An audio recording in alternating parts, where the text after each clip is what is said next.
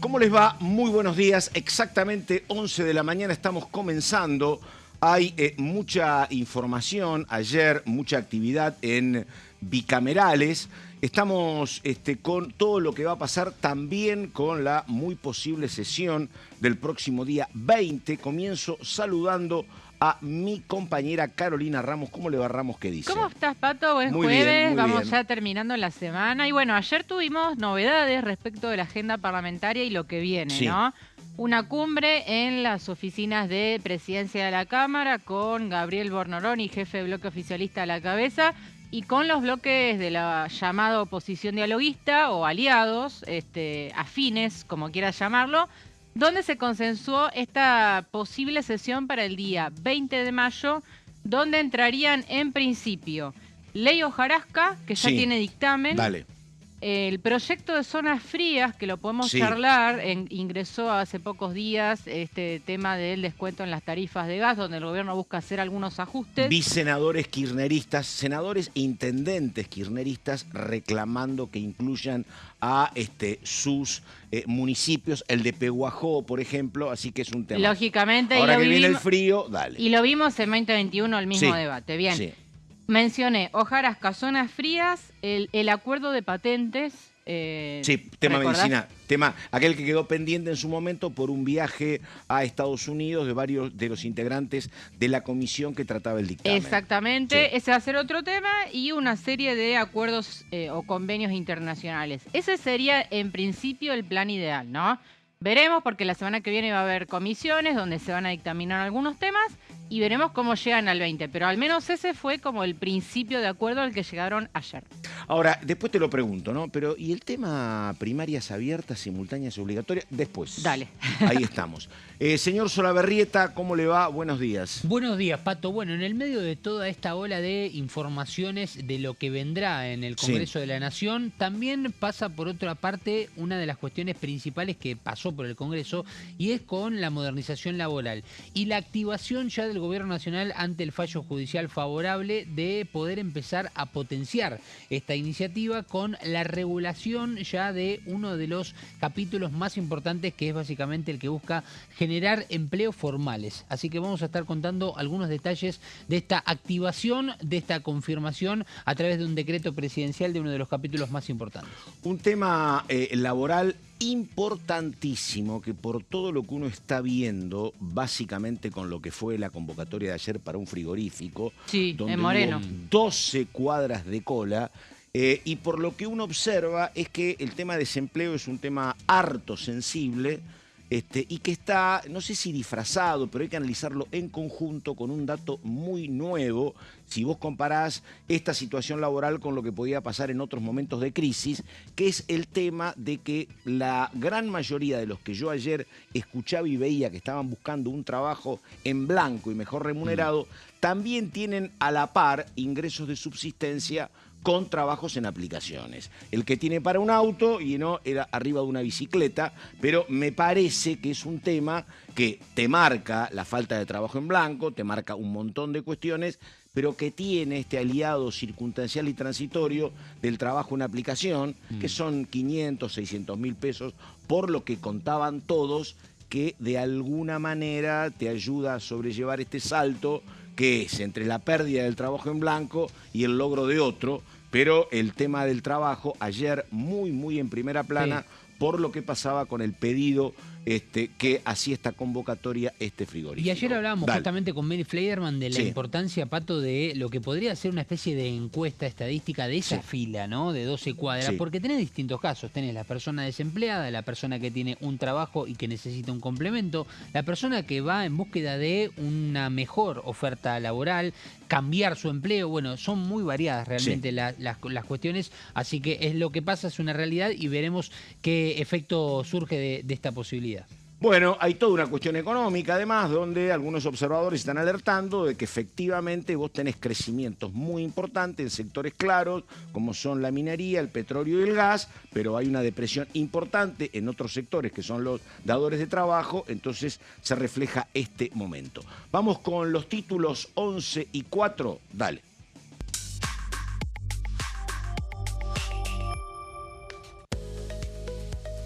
Ahí estamos, comisiones de pequeñas y medianas empresas y comercio.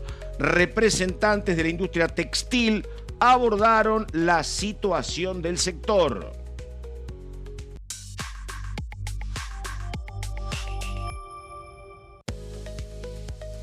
Trabajo legislativo, designaron autoridades en comisiones bicamerales y definieron agendas de trabajo.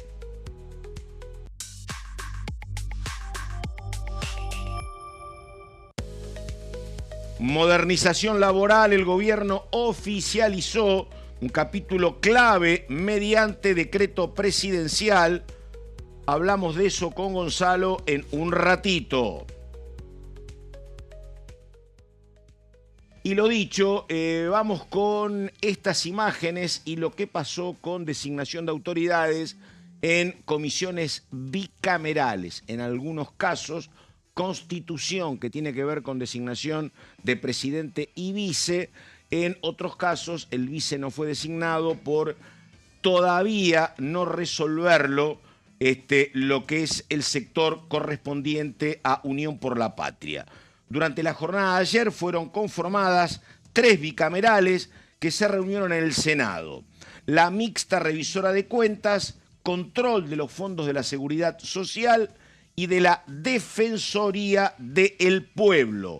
Recordamos, en primer lugar, la bicameral mixta revisora de cuentas designó al senador Ezequiel Atauche como titular. La vicepresidencia quedó en reserva para Unión por la Patria. Después se conformó la bicameral de control de los fondos de la seguridad social a cargo de Bruno Olivera Lucero. La vice estará a cargo de Hilda Aguirre, diputada de Unión por la Patria, y la secretaría a cargo de la senadora del PRO, María Victoria Uala. La bicameral de la Defensoría del Pueblo designó a Daniel Cronenberg como presidente radical. La vice y la segunda vicepresidencia serán ocupadas por Guillermo Snopek de Unión por la Patria y por Enzo Fullone de La Libertad Avanza. Pato, si querés tengo algunos datos Pero para cómo no, para eso estábamos, dale. No, simplemente, bueno, varias bicamerales. La verdad que estaba costando bastante conformar las bicamerales. Había ahí algunas faltas de acuerdo, pero finalmente de a poquito se empiezan a integrar. Me detengo en la Comisión Mixta Revisora de Cuentas, que es la que hace de enlace con la AGN, la Auditoría General de la Nación. Finalmente se conforma esta comisión. Por un lado, resaltar la presidencia de Ezequiel Atauche, porque él presidía, recuerdan, la Comisión de Presupuesto y Hacienda, donde este año Patricia Bullrich colocó a Agustín Monteverde en su reemplazo, y Atauche va a parar a esta presidencia de la bicameral mixta. Eso por un lado, y por otro lado, bueno, esta comisión funcionando con la auditoría ya conformada plenamente, ¿no? Y con todo lo que costó también nombrar a los auditores. Ya tenemos la AGN completa con los 3 auditores del Senado, los 3 de diputados, presidencia de Juan Manuel Olmos, así que simplemente ese dato respecto de la bicameral mixta revisora de cuentas. Muy bien. Un Olmos con mucha actividad política ahora, ¿no? Sí. Mucha actividad política al margen de la auditoría, pero como referente del peronismo de Capital, ¿no? Participó incluso del encuentro de Parque Norte. Siempre fue un hombre de protagonismo. Totalmente. Lo que pasa es que ahora está, me parece a mí, digo, está más claro en la definición política. Fue el que dijo, el peronismo tiene que revisar esto, de que es muy preocupante, de que cuando perdemos los mercados suben y cuando ganamos los mercados bajan. Este es un tema. Y después dijo también otra definición importante, que él no está en esta oportunidad convencido de que el peronismo tenga que tener un candidato de consenso, como pasó en su momento con Scioli, como pasó con Alberto Fernández, como pasó con Massa. Tenemos que ir a una interna y que gane el mejor. Así que bueno, nada de eso. Vamos con la diputada Freites y después Caro Ramos con más información, por favor. Y en esto me parece que, y sobre todo estamos en vísperas ya del invierno, que es imposible seguir encareciendo la vida de los argentinos, ¿no? Es imposible que el trabajador, las familias argentinas puedan afrontar un costo más. Si no hay una reactivación de la producción local, de las economías regionales, es muy difícil que las familias puedan afrontar la realidad que se vive. Claramente es una medida que no podría, veremos cuál es la forma. Ya intentaron modificar esta ley con la ley base, continuaron con el DNU 70, que sigue vigente, intentaron hacer algunos cambios, la verdad que entiendo que más allá que esto no afecte particularmente la provincia de Tierra del Fuego o la zona de la Patagonia, afecta a muchos argentinos y argentinas que hoy no tienen no tienen el recurso y tampoco se genera, y no es que la gente no quiera trabajar, ¿no? Yo les daba recién el ejemplo de cuánta gente está buscando empleo. No hay trabajo, no se reactiva la economía. ¿Cómo va a ser? Va a seguir endeudándose la gente con las tarjetas de crédito para comprar comida, para pagar impuestos, para pagar servicios. La verdad que es demencial. El gobierno tiene que mirar la política, las políticas públicas que llevan adelante. La gente no puede más. Bueno, ahí está. Y Caro Ramos estuvo trabajando en este tema, que es un tema hipersensible, porque no es tan difícil. Cuando vos buscás cuáles son los sectores, los grandes sectores dadores de trabajo, el principal es el sector de la construcción. Cuando la construcción cae, bueno, se nota todo porque la caída es de 200, 300 mil puestos de trabajo. Es tremendo. No alcanza ese número, pero es muy importante también todo lo que tiene que ver con la industria textil. Así que, señora, por favor. Sí, que la industria textil fue el eje de un plenario de comisiones que hubo esta semana, antes de ayer, las comisiones de comercio y de pymes. Es interesante, Pato, porque estas dos comisiones están trabajando en conjunto muy fuertemente. Hace unas semanas habían recibido a la CAME, Confederación Argentina de la Mediana Empresa. Ahora recibieron al sector textil, una reunión bastante larga y con muchos cruces políticos además. Y en la próxima reunión, que se estima va a ser la semana que viene, van a recibir al sector autopartista, Pato. Que ojo con ese tema porque se va a venir en algún momento el debate del sector autopartista, que el año que viene se le vence un régimen de promoción importante, sobre todo en provincias como Córdoba y Santa Fe. Van a reclamar que se prorrogue ese régimen de promoción industrial para el sector. Pero, en fin, los reclamos de la industria textil llegaron a diputados. Ese es el título de la columna de hoy. Comisiones de comercio presidida por Juan Brugue y de pymes encabezada por Pablo Farías. Y básicamente lo resumimos en 3 advertencias por parte del sector.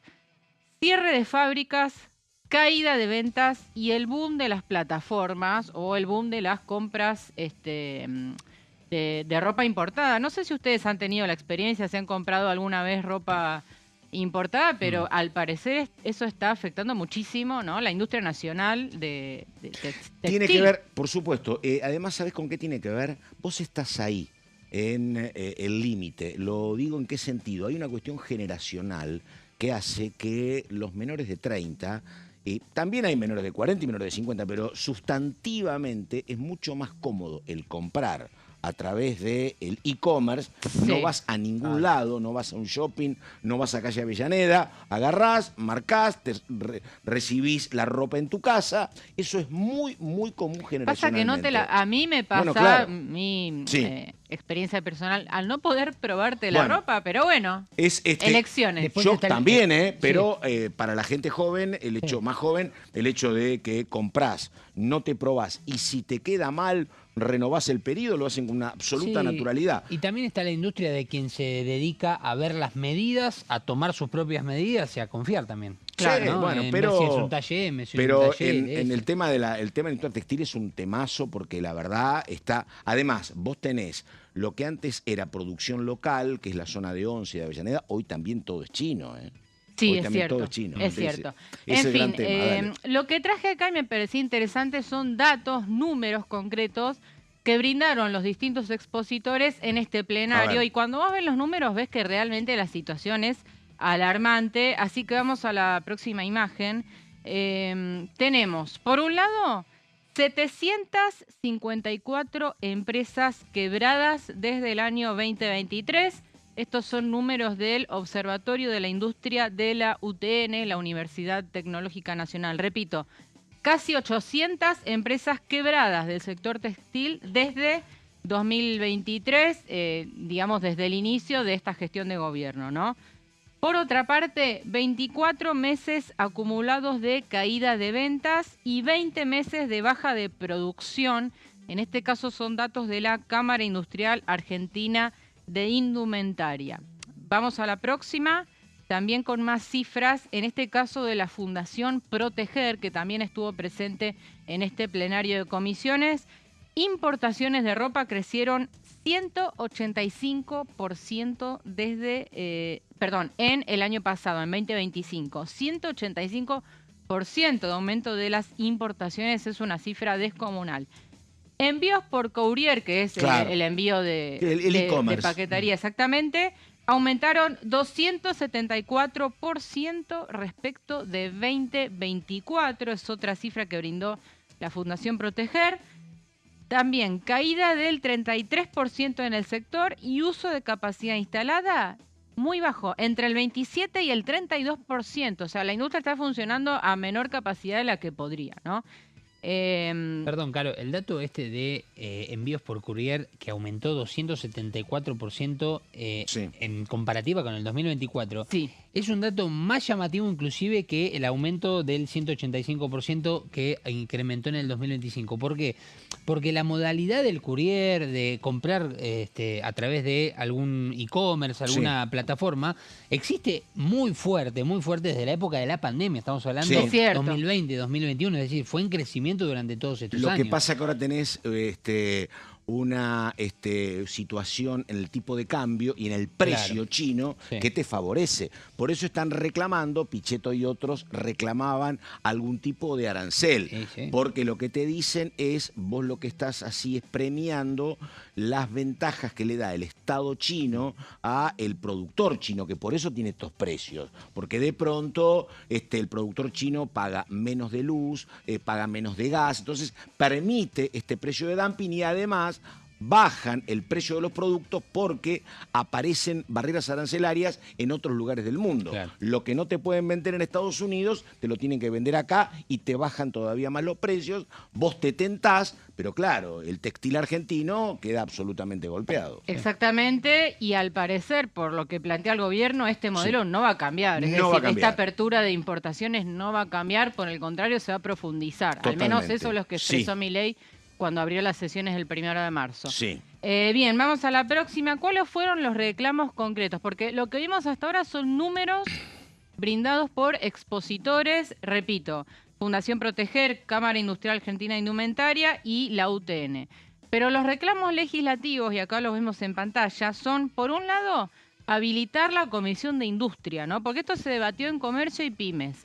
Pero la de Industria está cerrada, está clausurada por su presidente, que es José Luis Garrido, el diputado por la provincia de Santa Santa Cruz, Cruz. exactamente, que uno lo puede ubicar al estar dentro del interbloque de Fuerzas del Cambio con el PRO, la UCR, se los indica como un aliado del gobierno, Sí, ¿no? sí. Bueno, en este caso no está habilitando el debate, y acá lo que buscan, y lo planteó fuertemente Germán Martínez, el líder de Unión por la Patria, es declarar la emergencia PYME para de alguna manera proteger a la industria nacional, ¿no? Con distintas medidas que por lo menos frenen la caída que venimos viendo y que acabamos de relatar en los números, ¿no?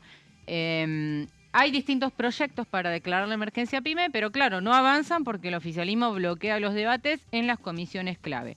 Vamos ahora sí a lo que dijo justamente Germán Martínez, presidente del bloque Unión por la Patria.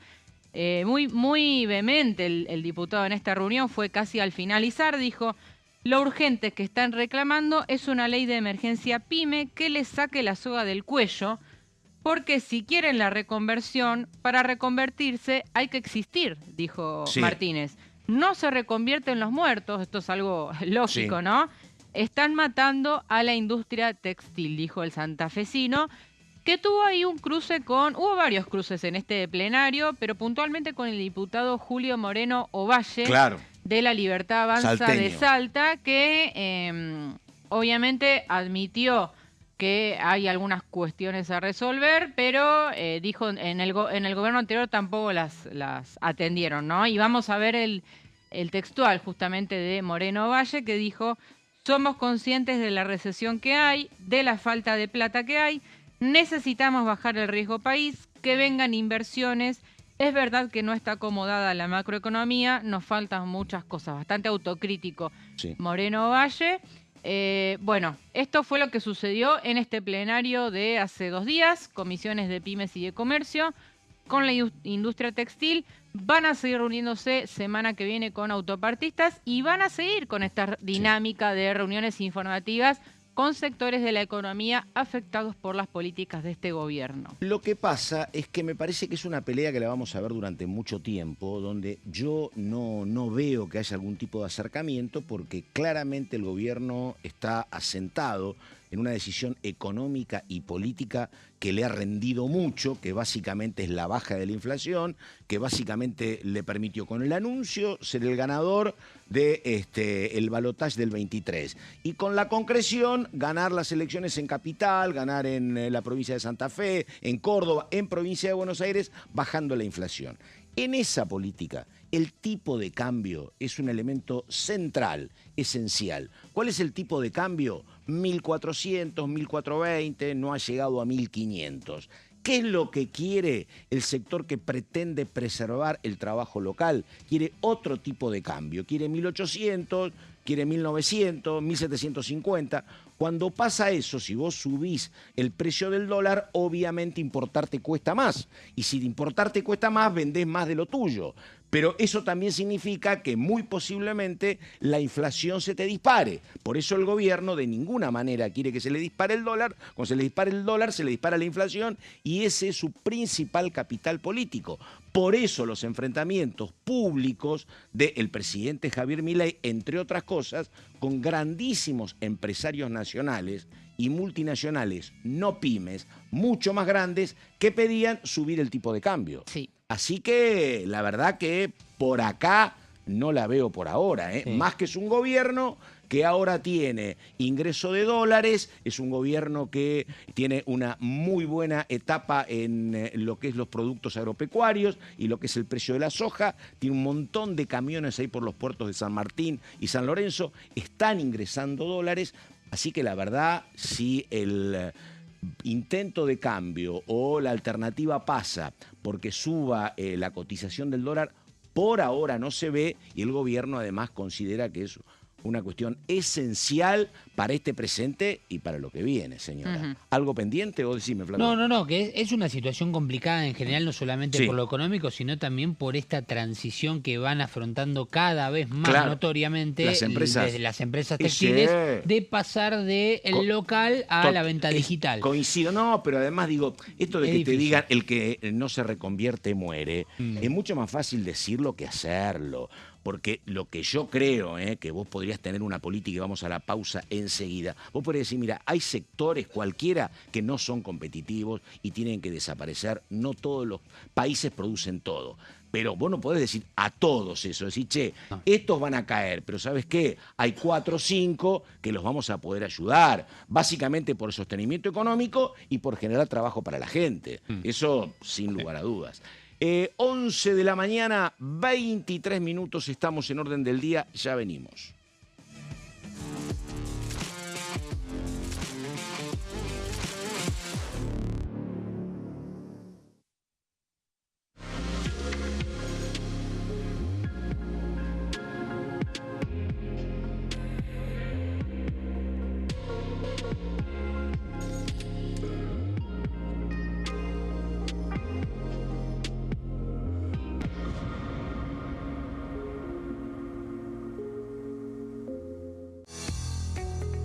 ¿Quiénes conforman el Congreso?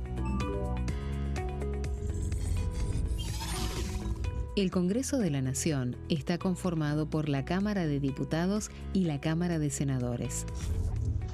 La Cámara de Diputados representa al pueblo de la nación argentina. Esto significa que las provincias más grandes y con mayor cantidad de habitantes tienen muchos más diputados que las provincias más pequeñas. La manera de establecer las cantidades es proporcional. Por ejemplo, la provincia de Buenos Aires cuenta con 70 diputados nacionales y la provincia de Tierra del Fuego con 5. La Cámara de Senadores representa a las provincias. Cada provincia envía 3 senadores al Congreso Nacional. El total de senadores es 72, dado que las provincias argentinas son 24. Este es el número fijo, estipulado por la Constitución Nacional. Cada 2 años, el Congreso Nacional renueva la mitad de sus diputados y 1/3 de sus senadores nacionales. El mandato de los senadores es de 6 años, mientras que el de los diputados es más breve, dura solamente 4 años. La Cámara de Diputados tiene 257 miembros. En el recinto, los diputados se agrupan en bloques y en interbloques que expresan partidos políticos o afinidad ideológica. Existen también los monobloques, integrados por un solo diputado. El bloque oficialista se dispone a la derecha del presidente de la Cámara, el bloque opositor mayoritario a la izquierda, y en el centro, los bloques con menos cantidad de integrantes. Son requisitos para ser diputado: tener al menos 25 años, 4 años de ciudadanía argentina, haber nacido en la provincia por la que se postula o haber residido en ella los 2 años precedentes.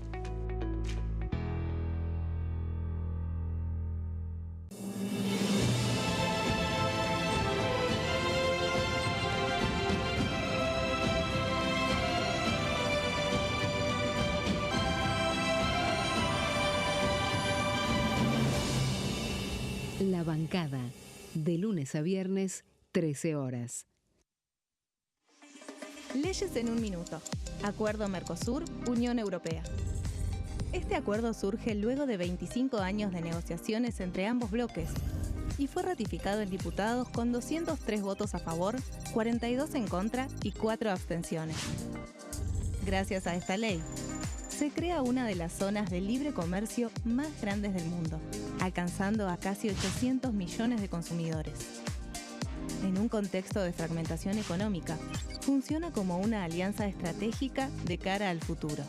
Los puntos más importantes del acuerdo son: la eliminación de impuestos y aranceles de importación, lo que facilita el comercio bilateral y la cooperación técnica entre ambos bloques. El acuerdo no se limita a bienes físicos, sino que también incluye regulaciones sobre servicios, propiedad intelectual y desarrollo mutuo. Además, establece un mayor acceso al mercado europeo para productos como carnes, vinos y agroindustria. Adicionalmente, contempla el ingreso de maquinaria y vehículos de origen europeo. Tras ser aprobado por el Congreso, Argentina y Uruguay se convirtieron en los primeros países del Mercosur en ratificar el acuerdo. Este acuerdo consolida una alianza comercial estratégica entre ambos bloques.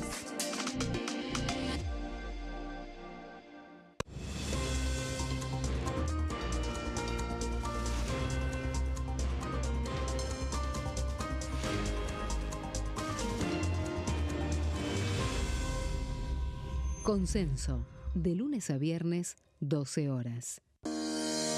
Leyes en un minuto. Régimen penal juvenil.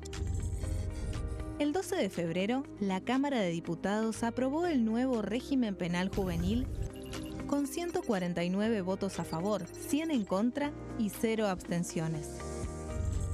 A partir de esta ley, se baja de 16 a 14 años la edad en que las personas pueden ser juzgadas penalmente. Para delitos graves, como homicidios, robos violentos o secuestros, habrá prisión efectiva en espacios específicos, siempre separados de los adultos. En cuanto a las penas, tendrán un máximo de 15 años. Por otro lado, en el caso de los delitos menores, se van a aplicar otras medidas como la reparación del daño, servicios comunitarios, restricciones de circulación, monitoreo electrónico y programas educativos. Además, se crea el rol de supervisor, que estará a cargo del seguimiento, asistencia y control del imputado.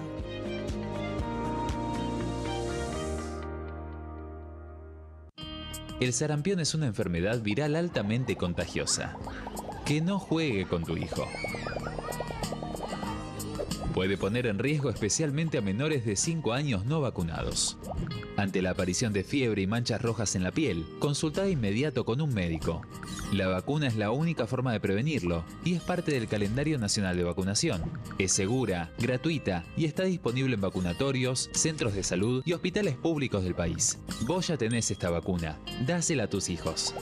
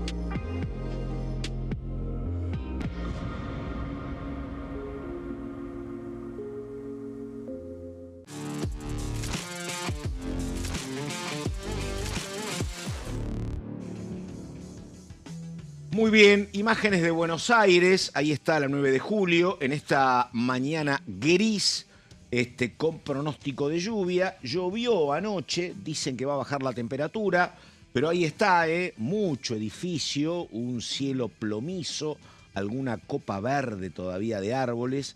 Y nosotros que estamos con Caro Ramos, estamos con Gonzalo Solaberrieta y vamos a lo que dice nuestro compañero Nico Gallardo sobre el tema regulación de armas. A ver, Gallardo, dale.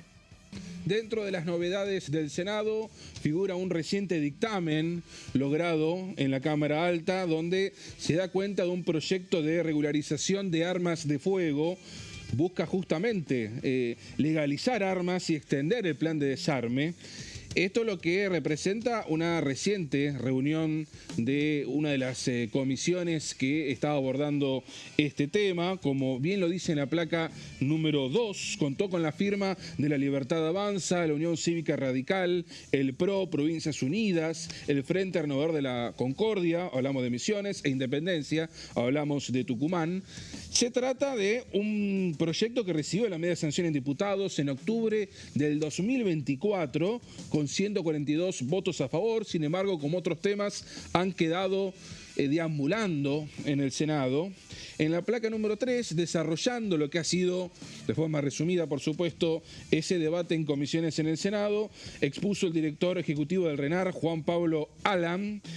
Dijo que hay 800.000 armas que están en una situación irregular y que deben legalizarse o que deben estar en los registros oficiales. Se plantea un repadronamiento para aquellas personas humanas o jurídicas que posean armas. Hay un plazo de 360 días para hacerlo. Además, quienes posean armas no autorizadas deberán presentarse en el RENAR. Esto puede ser presencial o también en un formato remoto, es decir, por una web.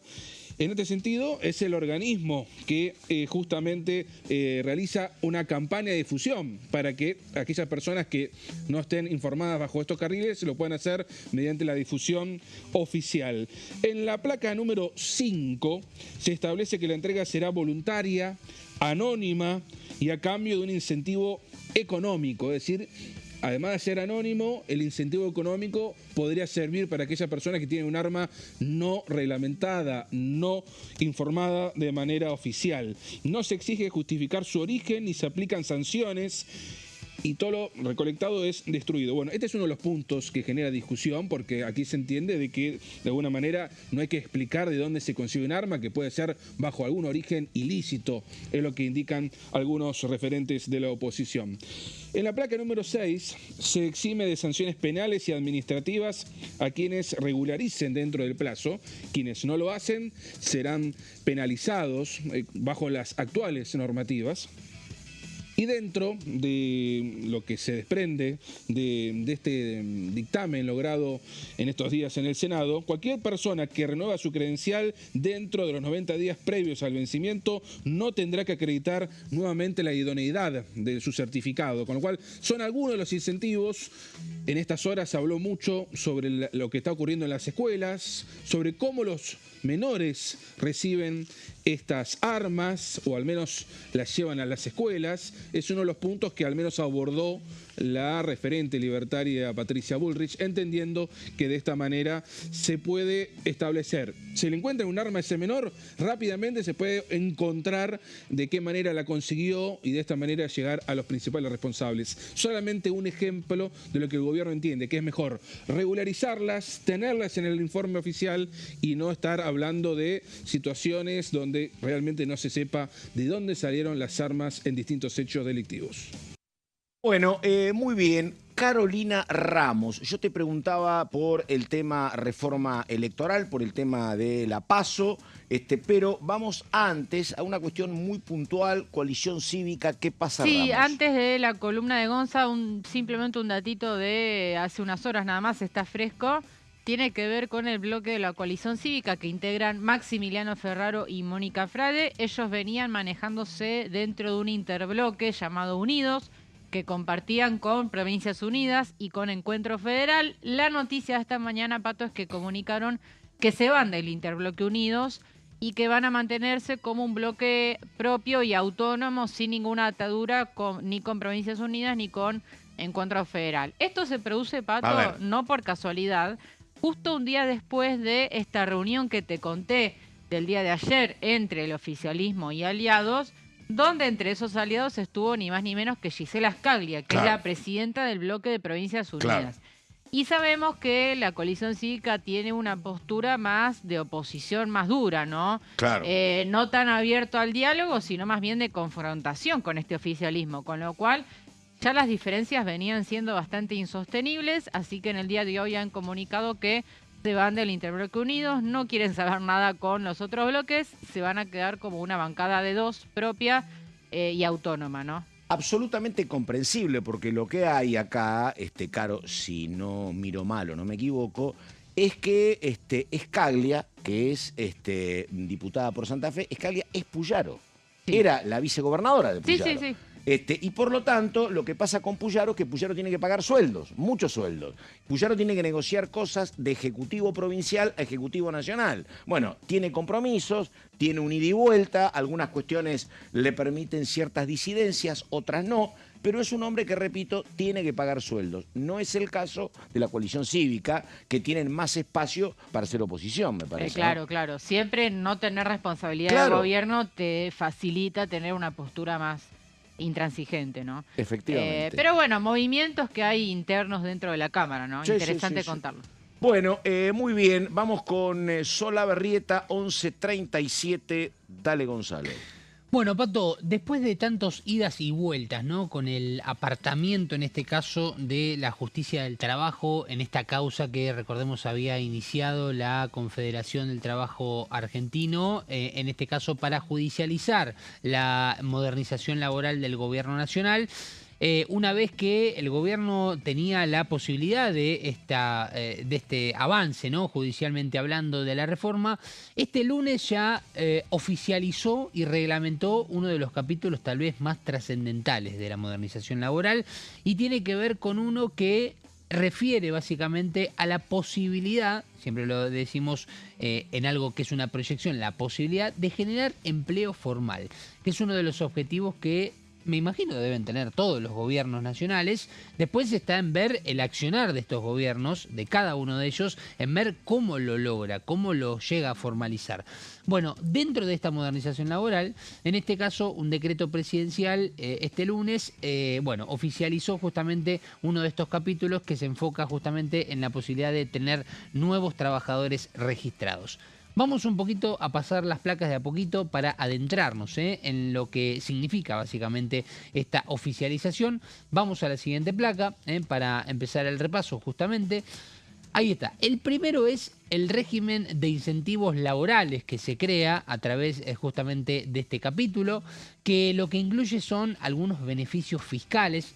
Recién, por ejemplo, cuando hablábamos en el caso de la industria textil y hablábamos, por ejemplo, en la columna de Caro respecto a la posibilidad de que haya una emergencia cuando se posibilita la posibilidad de una aprobación de una emergencia, uno de los condicionantes es o una colaboración directa del Estado Nacional económicamente hablando o la posibilidad de evitarle algunas cargas a las empresas o a ese rubro, a ese mundillo, para que pueda respirar un poco más profundamente y ahí empezar la reconstrucción del mismo. Bueno, en este caso, este beneficio por parte del Gobierno Nacional que pretende con la modernización laboral incluye beneficios fiscales y reducción de contribuciones patronales. Esto será durante 48 meses a partir de la contratación del personal para que se empiece a comprobar justamente, ahora igual no vamos a adentrarnos en esto, aplica a empleadores, a empresas, a personas jurídicas que estén registrados ante ARCA y que puedan brindar el empleo. Y justamente hablamos de la promoción de nuevas contrataciones. ¿Y por qué nos vamos a detener en este punto? Bueno, porque vamos a ver la siguiente placa para entender de qué se trata. ¿Por qué focalizamos, ¿no?, en la promoción de nuevas contrataciones si ya estamos hablando de empleo formal? Bueno, vamos a ir a la siguiente placa justamente para ver de qué se trata esto. La aplicación rige para relaciones laborales nuevas. ¿A qué apunta el Gobierno Nacional? Bueno, ¿a qué perfiles? Y ahora lo vamos a ver. Deben registrarse en estas contrataciones entre mayo del 2026, es decir, ahora este mes, porque ya quedó reglamentada la posibilidad de este artículo y estos varios artículos, entre mayo del 2026 y abril del 2027. Solo incluye empleo formal declarado, es decir, que las empresas deban tomar estos empleados de manera formal, y no aplica a vínculos previos, ¿sí? Si hay una contratación, por ejemplo, de un empleado por parte de una empresa de manera formal, con todos los papeles en reglas y demás, y lo haya hecho antes de este mes actual del 2026, bueno, no aplica para la posibilidad de que esa empresa ingrese en estos beneficios que está promoviendo el Gobierno Nacional. Vamos a ir a la siguiente placa para ver los perfiles, porque esto es muy importante. ¿A qué apunta el Gobierno Nacional con este capítulo que finalmente oficializó a través de este decreto en el boletín oficial? Bueno, primero y principal, a quienes no contaban con una relación laboral registrada al 10 de diciembre del año 2025, es decir, al 10 de diciembre del año pasado. ¿Sí? En esto de los 6 meses que busca justamente de desempleo para la contratación. Justamente el otro perfil es quienes estuvieron desempleados durante los 6 meses previos al alta laboral que pueda brindar esta empresa, que ahí empieza a regir. Si la contratación es a partir, por ejemplo, de junio, bueno, se tendrán que contabilizar 6 meses antes, ¿no? A diferencia del ítem anterior. Vamos a ir a la siguiente placa con otros 2 perfiles a los cuales apunta esta iniciativa y que tiene estos beneficios para la reducción de cargas patronales con alícuotas específicas del 2 y 3% para las cargas patronales de esos empleados. Ex monotributistas que no hayan ejercido actividades en relación de dependencia en el sector privado en los últimos 6 meses, es otro de los perfiles. Y el otro perfil es ex monotributistas cuyo último empleo bajo dependencia fue el sector público nacional, provincial, municipal o de la Ciudad Autónoma de Buenos Aires.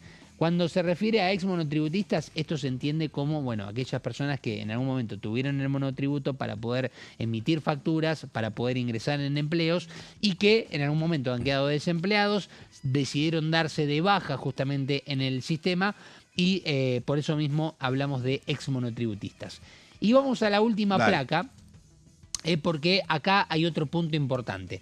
Una vez que estos trabajadores que sean contratados por las empresas que quieran gozar, que quieran disfrutar de los beneficios de la baja, la reducción en las cargas patronales, podrán tener ingresos adicionales. Es decir, si un empleado ingresa en una fábrica de zapatillas, por ejemplo, esa fábrica lo toma este empleado de manera formal y este trabajador decide, por ejemplo, tener un trabajo adicional, sea a través de una contratación formal, o sea, en blanco o monotributista, bueno, puede hacerlo y eso no interfiere en el beneficio que estaría justamente aplicado a las empresas. Es importante también tener en cuenta, es decir, que no hay una cuestión de exclusividad que solamente deba trabajar de manera formal en esa empresa. Pero esto pasa, Gonzalo, desde hace mucho tiempo, Sí. Particularmente Sí, cuando uno... es un detalle del Nada, beneficio. es un más que nada. blanqueo, Sí. pero digo, particularmente pasa con centenares de efectivos de fuerzas de seguridad, por ejemplo, o docentes,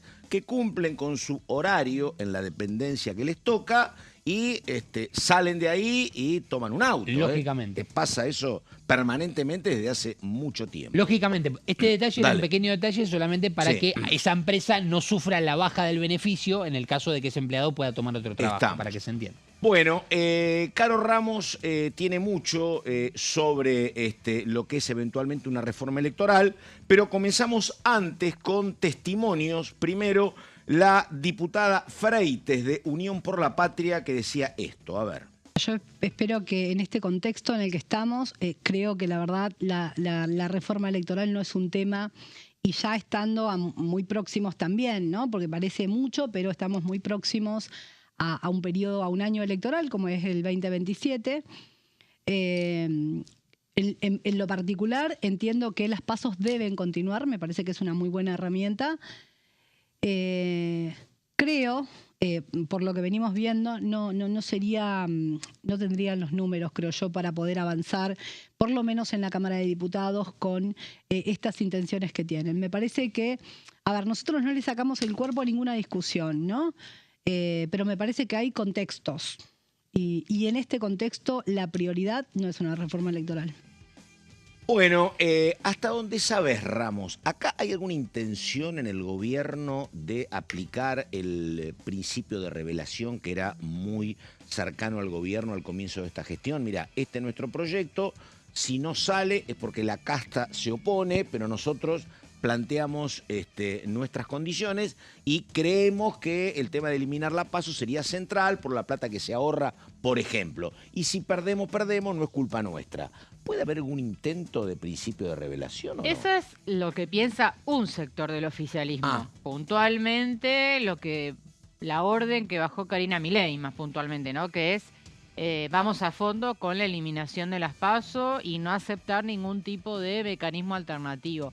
Al menos eso es lo que Si se gana mejor y si no también, sería, ¿no? Sí, a ver, al menos eso es lo que trascendió de la visita que tuvo Karina Milei el lunes, que se reunió con algunos diputados Sí. de La Libertad Avanza, y fue lo que le comunicaron también desde diputados a la jefa del bloque oficialista en el Senado, que es Patricia Bullrich. Porque, a ver, en el día de ayer, Pato, Bullrich encabezó una reunión también con bloques aliados, estuvo el PRO, estuvo la UCR, estuvieron bancadas provinciales, y allí Bullrich se mostró abierta a modificaciones, incluso luego en una entrevista que concedió a un canal de televisión, lo blanqueó, que están analizando cambios, por ejemplo, para hacer las primarias optativas y no obligatorias, Claro. que es lo que propone la UCR, y también para debatir, y esto trae mucha discusión, la ficha limpia por separado del resto de la reforma electoral. Ficha limpia, bandera histórica del PRO, el ex partido de Patricia. Tan Y bandera la PASO histórica. que tampoco el PRO la quiere convalidar, la eliminación de la PASO. Exacto, a ver, acá Bullrich está mostrando una postura más pragmática, que es: no tenemos los votos, avancemos con los cambios que hagan falta y si es necesario discutamos la ficha limpia por separado, ¿no?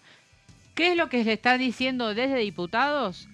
Convoquen a tratar toda la reforma electoral, no Claro. solamente la ficha limpia, porque en realidad nuestro proyecto es más amplio y nosotros queremos que se trate todo el paquete, ¿no? Está. Todo el paquete. De modo tal que hay algunos cortocircuitos intercámaras, diría, que vamos a ver cómo se resuelven. Mañana hay una reunión de la mesa política del gobierno, donde quizás este sea uno de los temas a definir cuál va a ser en definitiva la estrategia si la logran unificar dentro de la Libertad Avanza, ¿no? Porque se da esta situación donde hay una realidad numérica y un ideal que no se está pudiendo cumplir, ¿no? Así que veremos qué pasa. El PRO, adelantándose a toda esta discusión, ¿qué hizo ayer? No sé. Martín Gerling, que es el jefe del bloque, salió a tuitear, publicar en la red social X, que ya hay un acuerdo para discutir la ficha limpia por separado, ¿no? de modo tal que no quede atada a todo el resto del proyecto. Y acá en diputados le dicen, ojo, nosotros queremos que se discuta todo el paquete electoral, ¿no? Por ahí va un poco la discusión. Está complicado el tránsito en Pasos Perdidos, decís vos. Sí. Sí. Ayer había mucho tránsito en Por eso. Pasos Perdidos, pero bueno, cuando llegan a destinos hay chispazos. Vamos con otro testimonio del peronismo, con la diputada Jimena López, provincia de Buenos Aires. Dale, a ver. Algunas cuestiones de la reforma electoral que tienen que ver con la eliminación de las PASO, que nosotros la hemos pedido muchas veces, porque es un costo innecesario. También es cierto que nos pasó en su momento, yo estuve en la reforma cuando se trató boleta única, no sé si se acuerdan, que es el sistema de la Cruz, que está a nivel nacional. Bueno, yo en ese sistema no estuve de acuerdo. Me parece que, en principio, si el proyecto pasa al Senado, obviamente yo tengo la responsabilidad de leerlo y discutir con mi grupo de compañeros diputados del Frente Renovador si vamos a dar el apoyo al todo, a las partes, y obviamente dentro de Unión por la Patria, qué es lo que se considera viable. Yo personalmente no estoy de acuerdo con las PASO, pero mi postura es una postura personal que después yo no puedo definir por mí misma si voto sola, no, tiene que ver con un respeto a lo del bloque. Sí creo que me parece que van a utilizar la misma estrategia que en todas las reformas. Nosotros nos hemos encontrado con proyectos, tanto el de reforma laboral como la discusión en algún momento que se va a dar de reforma previsional, que llegan proyectos cuya técnica es bastante floja de papeles, lo cual los hacen judicializables para evitar después tener que dar debates serios sobre esos proyectos. Bueno, ahí está, ¿eh? Y ahora el testimonio del diputado salteño, el diputado Zapata, también reforma electoral, que dice esto. A ver. La reforma electoral es algo que se viene planteando desde, usted se acordará de que se planteó la ley bases, ya estaba la idea de ordenar, eliminar las PASO, tema de los financiamientos de los partidos políticos. Teníamos en agenda en aquel momento ya lo de la boleta única de papel, que tenía media sanción de diputados, si usted se acuerda. Y también tenemos el tema de la ley de ficha limpia, que terminó con media sanción en diputados y en el Senado no pudo obtener la sanción definitiva. Para nosotros es algo importante avanzar en este sentido para, primero, eliminar las PASO, que es lo que estamos buscando, de que la ciudadanía que no está afiliada a un partido político o quizás esté afiliada a un partido político donde no hay interna, con sus impuestos no pague el gasto electoral ni las ganas de tener un lío interno en cada una de las fuerzas políticas. Lo más natural es que cada fuerza política empodere a los candidatos con mira a la contienda electoral con el apoyo de sus afiliados, porque el tema de las elecciones PASO, ¿qué es lo que posibilita? La injerencia de personas ajenas al ideario del partido político del frente en la designación o selección de sus candidatos. Por ejemplo, le doy un ejemplo, un caso. En un municipio donde los votantes son pocos, se plantea una PASO para candidato a intendente. De frente oficialista, que maneja todos los recursos, presenta una sola lista. Y de la oposición se presentan dos listas. Eso da la posibilidad de que desde el oficialismo se incida en la elección del peor candidato en la oposición. Entonces, este desvío que puede tener el sistema vigente, aparte de lo caro que resulta, tiene que tener un remedio. El remedio más equilibrado es que los afiliados de cada partido o de los partidos que integren una alianza o frente político sean quienes con su voto empoderen a los candidatos con mira a las elecciones. En cuanto al financiamiento, las elecciones resultan muy caras. Y de ahí un poco por el financiamiento estatal, la gran cantidad de recursos que ha demandado y ha puesto el Estado, significó que se desnaturalice la estructura de partidos políticos de la República Argentina, apareciendo muchos partidos. Ahí está el testimonio del salteño Carlos Zapata. Caro Ramos, muchísimas gracias. Pato. Señor Solabarrieta, muchas gracias. Por favor. Hasta aquí llegamos, nada más. Buenos días.